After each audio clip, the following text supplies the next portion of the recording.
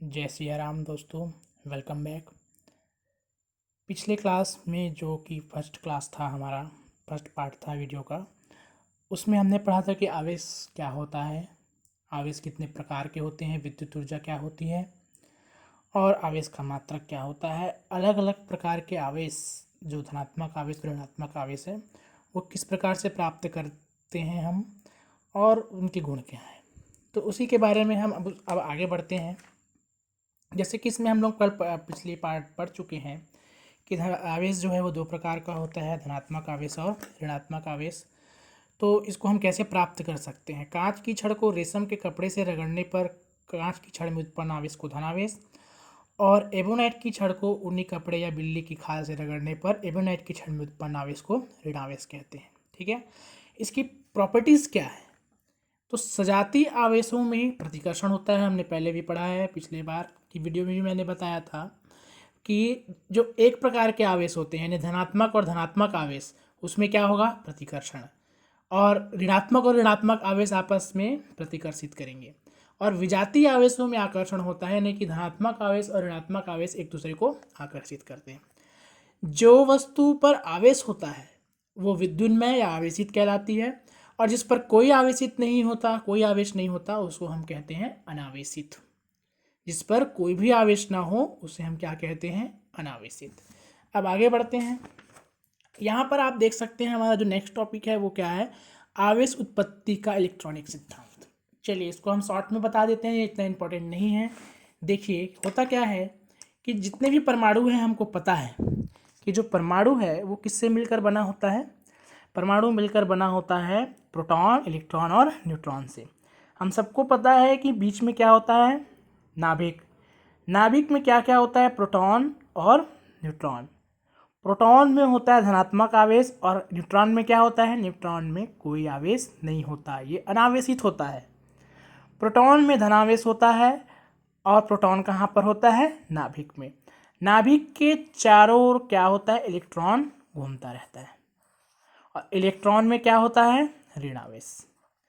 Electron इस प्रकार से जो घूमते रहते हैं, ये बीच में जो भी इलेक्ट्रॉन आपका जो प्रोटॉन के चारों ओर, नाभिक के चारों ओर जो घूमता है, उस इलेक्ट्रॉन में कौन सा आवेश होता है, ऋणात्मक आवेश। तो जिस भी परमाणु में जितने प्रोटॉन हैं उतने ही इलेक्ट्रॉन हों, तो वो परमाणु क्या होगा, विद्युत रूप से उदासीन होगा। यहाँ पर आप देख सकते हैं परमाणु दो विपरीत प्रकार के आवेशित कणों के विद्यमान होने के बावजूद विद्युत रूपेण उदासीन होता है। क्यों होता है, क्योंकि उसमें जितने प्रोटॉन होते हैं उतने ही इलेक्ट्रॉन होते हैं, जितना धनावेश होगा उतना ही ऋण आवेश होगा। लेकिन जिस परमाणु में प्रोटॉन ज़्यादा होगा वो धनावेशित हो जाएगा, और जिस परमाणु में इलेक्ट्रॉन ज़्यादा होगा वो ऋणावेशित हो जाएगा। ठीक है, धनावेशित कोई चीज़ कैसे होगा, कोई चीज़ धनावेशित है इसका मतलब क्या है कि उसके नाभिक में प्रोटॉन, उस परमाणु में प्रोटॉन इलेक्ट्रॉन से ज़्यादा है। और कोई चीज़ ऋणावेशित है इसका मतलब क्या है कि उस परमाणु में प्रोटॉन से ज़्यादा इलेक्ट्रॉन है। तो जिस परमाणु में इलेक्ट्रॉन ज़्यादा होगा वो ऋणावेशित होगा, और जिस परमाणु में प्रोटॉन ज़्यादा होगा वो धनावेशित होगा। ठीक है, जिसमें इलेक्ट्रॉन ज़्यादा होगा वो ऋणावेशित, और जिस पर प्रोटॉन ज़्यादा होगा वो धनावेशित होगा। तो ये इसका इलेक्ट्रॉनिक कारण है। ठीक है, अब हम सीधा आगे आते हैं। यहाँ पर हम सीधा एक चीज़ पढ़ेंगे, चालक एवं विद्युत रोधी। ये आपको पता है, चालक एवं विद्युत रोधी जो है आपको दूसरे बुकों में भी ये चीज़ मिल जाएगा। चालक और विद्युत रोधी क्या है, चालक किसे कहेंगे आप सबको पता है, कुछ पदार्थ अपने में से होकर विद्युत को प्रभावित होने देते हैं। तो जिसमें से विद्युत प्रवाहित हो सकता है उसे हम क्या कहेंगे, चालक। उदाहरण क्या है, जितने भी प्रकार के धातु हैं, सोना, चांदी, कॉपर, एल्यूमिनियम, मानव शरीर, जंतु शरीर, पृथ्वी, ये सब जो है क्या है, विद्युत के चालक हैं। ठीक है, जो विद्युत को अपने में से होकर जाने देता है वो चालक कहलाता है, और अधिकतर धातु, मानव शरीर, जंतु के शरीर, ये सब चालक हैं। विद्युत रोधी या कुचालक क्या होगा, वे पदार्थ जो अपने में से प्रवाहित विद्युत धारा पर उच्च प्रतिरोध आरोपित करते हैं तथा स्वयं में से विद्युत धारा को प्रवाहित होने नहीं देते। सिंपल सा है, जिस भी चीज़ में विद्युत धारा प्रवाहित नहीं हो सकता, जो अपने में से धारा प्रवाहित होने ना दे, वो क्या होता है, विद्युत रोधी या कुचालक होता है। जैसे लकड़ी है, हमको पता है कि लकड़ी में से विद्युत कुचालक नहीं होता। कांच है, रबर है, पीवीसी है, सूखी लकड़ी है, इन सब चीज़ों में से जो है विद्युत प्रवाहित नहीं होता। नेक्स्ट चीज़ है भूसंकर्पण। भूसंपर्कण क्या है? भू यानी अर्थ और संपर्क करना यानी संपर्कण से है मतलब संपर्क करना यानी अर्थिंग। अर्थिंग शब्द आप सब जानते हो, सुने होंगे इलेक्ट्रॉनिक्स में। घरों में अर्थिंग हम करते हैं। अर्थिंग क्या होता है? जब हम किसी आवेशित वस्तु को पृथ्वी के संपर्क में लाते हैं तो उसका अतिरिक्त आवेश उन्हें जोड़ने वाले चालक में से होते हुए पृथ्वी में चला जाता है। ठीक है, भूमि में चला जाता है। इसको हम कहते हैं भूसंपर्कण। ठीक है, भू में मतलब पृथ्वी में संपर्क कर देना। होता कैसे है ये? देखिए, घरों में आप देखे होंगे कि घर के बाहर से एक पतला सा लोहे का तार जहाँ पर मीटर लगा होता है वो जाता है और ज़मीन के अंदर चला जाता है। आप लोगों ने देखा होगा। वो करता क्या है, जितने भी एक्स्ट्रा आवेश हैं, जैसे कि कूलर में होता है, जिसमें 3 पिन ना हो कूलर में, उसमें करंट मारता है क्योंकि उसमें जो बॉडी में आवेश आ जाता है।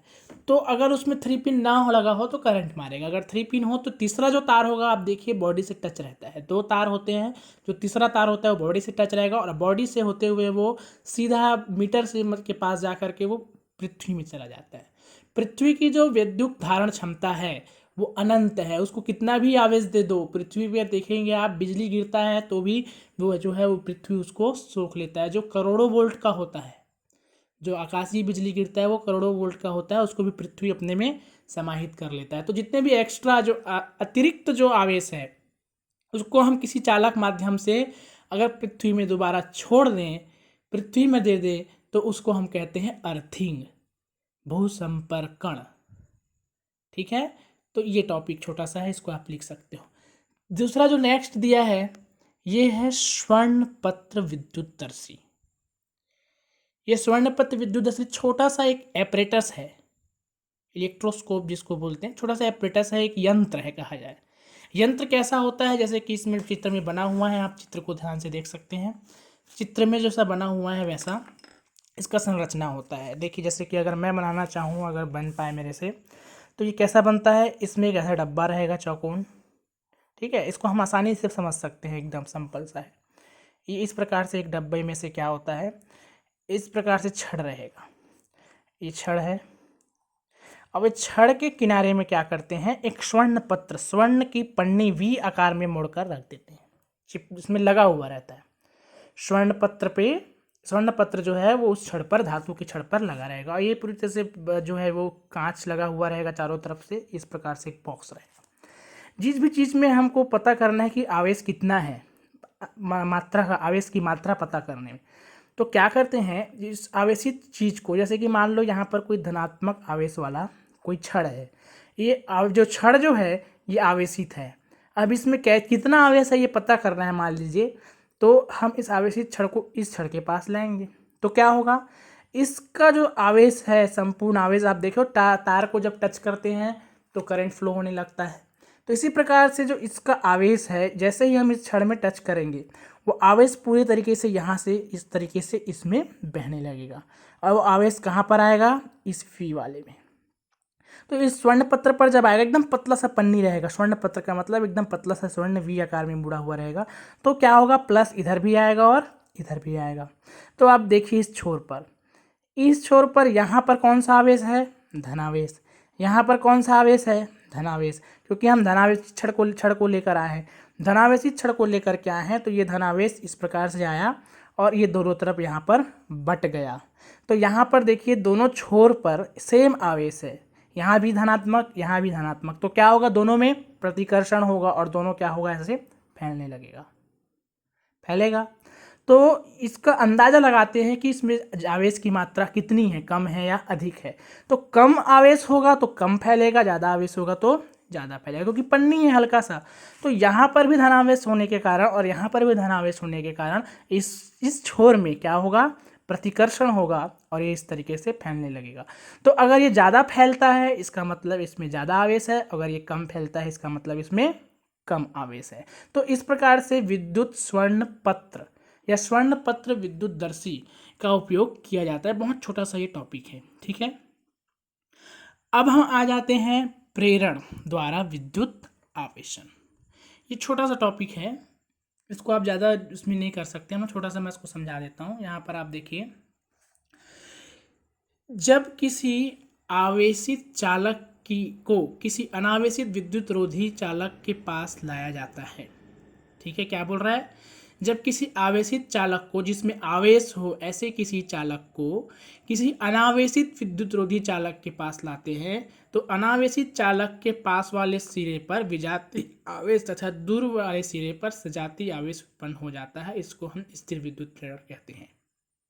फिर से बोल रहा हूँ, जब किसी आवेशित चालक को किसी अनावेशित विद्युत रोधी चालक के पास लाया जाता है तो अनावेशित चालक के पास वाले सिरे पर विजातीय मतलब कोई दूसरा अपोजिट आवेश तथा दूरदर्शी सिरे पर सजातीय आवेश उत्पन्न हो जाता है। इस क्रिया को स्थिर विद्युत प्रेरण कहते हैं। देखिए एकदम सिंपल है, स्थिर विद्युत प्रेरण क्या है।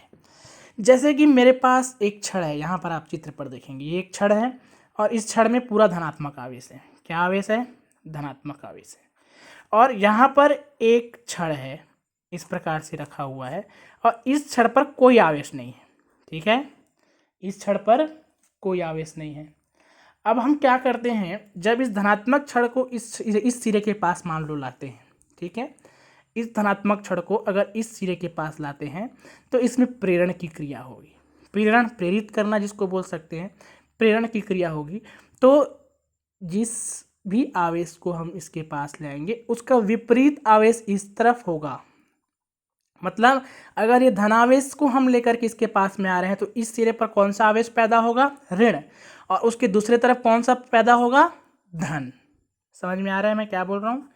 अगर हम किसी धनावेशित चालक को किसी अनावेशित छड़, अनावेशित मतलब इसमें कोई आवेश नहीं है, तो जब हम इस धनावेशित छड़ को किसी अनावेशित छड़ के पास में लाएंगे तो जिस सिरे के पास में लाएंगे वहाँ पर ऋण आएगा और उसके अपोजिट में क्या आएगा? धन आएगा। इस क्रिया को हम कहते हैं विद्युत प्रेरण, स्थिर विद्युत प्रेरण। फिर से बता रहा हूँ मैं, स्थिर विद्युत प्रेरण क्या है? जब हम किसी आवेशित छड़ को किसी अनावेशित विद्युत रोधी छड़ के पास में लाते हैं तो जो आवेश को हम लेकर के आते हैं उसका विपरीत आवेश जो है उस सिरे पर रहेगा और उसके जैसा आवेश दूसरे सिरे पर रहेगा। जिस सिरे के पास में लाएंगे वहां पर अपोजिट आवेश रहेगा। याद रखिएगा कि जिस भी आवेशित छड़ को हम जिस सिरे के पास लाएंगे उस सिरे पर विपरीत आवेश, मतलब धनात्मक छड़ को ला रहे हैं तो यहाँ पर ऋणात्मक और दूसरी तरफ धनात्मक। इस क्रिया को हम लोग कहते हैं स्थिर विद्युत प्रेरण, ठीक है। तो ये हमारा यही चीज़ यहाँ पर लिखा हुआ है। इसको हम थोड़ा सा बस, ये देखिए इसमें चित्र में बना हुआ है, ये धनावेशित छड़ है, इसको हम लेकर के आते हैं तो इसके दो सिरे हैं बी और सी। तो बी और सी में से बी में ऋणात्मक आवेश आ गया और सी में धनात्मक। और अगर इसके आगे को छोड़ो, ये जो क्रिया कहलाती है, क्या कहलाती है? स्थिर विद्युत प्रेरण, ठीक है। ये हो गया आपका स्थिर विद्युत प्रेरण। इसके बाद फिर हम लोग अब आगे बढ़ते हैं। अब आगे यहाँ पर कुछ गुण वगैरह दिया हुआ है, आवेशों के मूल गुण। इसको आपको उतना पढ़ने की आवश्यकता नहीं है, बस आपको ये याद रखना है कि आवेश का मान कितना होता है, एक इलेक्ट्रॉन में कितना होता है। तो एक इलेक्ट्रॉन में इतना आवेश होता है 1.6 गुणा 10 की घात ऋण 19। याद रखना है, सबको पॉइंट को याद कर लो। एक इलेक्ट्रॉन पर कितना आवेश होता है? 1.6 गुणा 10 की घात ऋण 19, इतना इलेक्ट्रॉन होता है। तो मान लीजिए अगर किसी में 10 इलेक्ट्रॉन है तो क्या होगा? उसमें 10 का गुणा कर देंगे, ठीक। तो ये आवेश होता है, आवेश, ठीक है। एक इलेक्ट्रॉन पर कितना आवेश होगा? 1.6 गुणा 10 की घात ऋण 19 कूलाम। एक इलेक्ट्रॉन पर 1.6 गुणा 10 की घात ऋण 19 कूलाम आवेश होता है। इस चीज़ को आपको याद रखना है। उसके बाद फिर इधर ये सब चीज़ जो है ये हमको पढ़ने की आवश्यकता नहीं है। हाँ, यहाँ पर एक न्यूमेरिकल जरूर दिया है कि एक पदार्थ में 50 इलेक्ट्रॉन की कमी है, इसको आप लोग बना सकते हैं। एक पदार्थ में 50 इलेक्ट्रॉन की कमी है, उसकी आवेश की मात्रा और प्रकार बताइए, ठीक है। तो इसको आपको बनाना है, इस एग्जाम्पल को। क्या बोल रहा है क्वेश्चन को मैं बता रहा हूँ।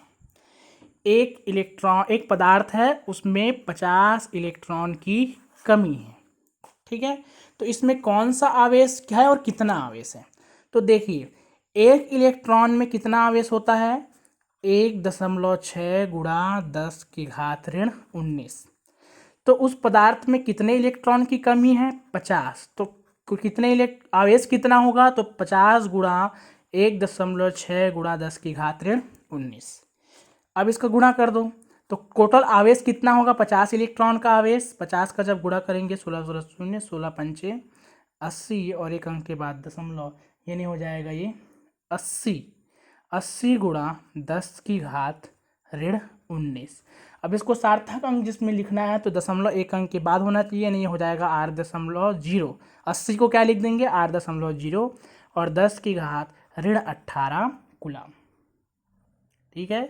तो इतना आवेश होगा। तो इतना आवेश होगा तो कौन से प्रकार का आवेश होगा, धनात्मक आवेश कि ऋणात्मक आवेश। आप लोग मन में अपने सोचिए कि इसमें कौन सा आवेश होगा, धनात्मक आवेश या ऋणात्मक आवेश। तो देखिए यहाँ पर 50 इलेक्ट्रॉन एक्स्ट्रा होता तो कौन सा आवेश होता, ऋणात्मक। 50 इलेक्ट्रॉन ज़्यादा है तो इलेक्ट्रॉन ज़्यादा होगा तो ऋणात्मक आवेश, लेकिन यहाँ पर इलेक्ट्रॉन ज़्यादा नहीं है, 50 इलेक्ट्रॉन कम है। तो इलेक्ट्रॉन कम है, इसीलिए इसमें जो आवेश होगा वो धनावेश होगा, ठीक है। प्रश्न को एक बार और देख लीजिए। एक पदार्थ में 50 इलेक्ट्रॉन की कमी है, आवेश की मात्रा और प्रकार बताइए। तो 50 इलेक्ट्रॉन है, एक इलेक्ट्रॉन का आवेश 1.6 गुणा 10⁻19। तो टोटल कितना आवेश होगा, 8 गुणा 10⁻18। और क्योंकि इलेक्ट्रॉन की कमी है इसलिए धनावेश है, अगर इलेक्ट्रॉन अधिक होता तो ऋणावेश होता, ठीक है। ये क्वेश्चन को आपको बनाना है। इसके बाद फिर आप इस प्रकार का और एक आध दो न्यूमेरिकल अगर आपके पास हो तो आप लोग बना सकते हैं, और इतने की नोट्स आप लोग बनाइए। इसके आगे कूलाम के नियम है और अच्छे अच्छे टॉपिक हैं जो इंपॉर्टेंट टॉपिक हैं, इसको अपन लोग नेक्स्ट पार्ट पे पढ़ेंगे, ठीक है। तो इसको आप कंप्लीट कर लीजिए जो भी आज बताया गया है। थैंक यू, जय सिया राम।